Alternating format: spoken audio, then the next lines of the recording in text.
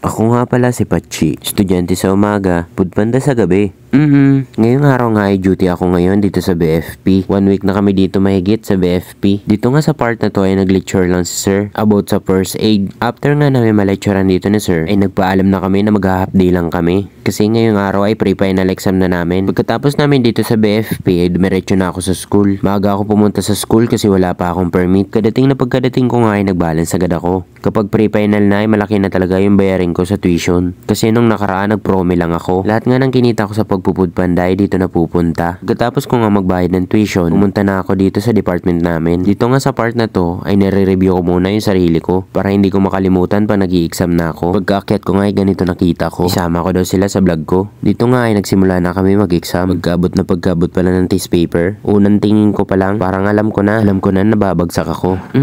Syempre hindi ako papayag na ganun yung mangyari. Bale ang motivation ko kasi, sayang lang yung pinababayad ko sa tuition ko. Kung hahayaan ko lang na bumagsak ako. Ang hirap kaya kumita ng pera. Syempre kapag gusto mo pumasa, ay mag-i-effort ka talaga mag-review. Mas lalo nga akong ginaganahan yan mag-aral. Kasi iniisip ko, wala nang susunod na SEM. Makakasurvive na ako sa mga gastusin. Sa sobrang dami kong gastusin, ay isinasantabi ko muna yung mga wants sa needs ko. Binibili ko lang kung ano yung kailangan ko. Dahil nga umabot sa 7K yung balance ko sa tuition, ay humingi na talaga ako ng tulong niyan kay Papa pandagdag sa tuition. 3K lang kasi naipon ko ngayong buwan sa pagpupudpanda ko. Pero nahihiya talaga akong humingi ng tulong kay Papa. Kasi naranasan ko na rin kung gaano kahirap kumita ng pera sa paglalaot. Ang hanap buhay nga pala ni Papa ay pangingisda. Kaya madaling araw pa lang naghahanap buhay na siya. Na-imagine ko kung gaano kahirap yung nararanasan niya sa araw-araw. Tinitiis niya yun. Naibigay lang yung pangangailangan namin sa pang-araw-araw. Kaya sabi ko sa kanya, pag may maganda na akong trabaho, hindi mo na kailangan magtrabaho. Deserve mo naman magpahinga. Ako nang bahala sa lahat.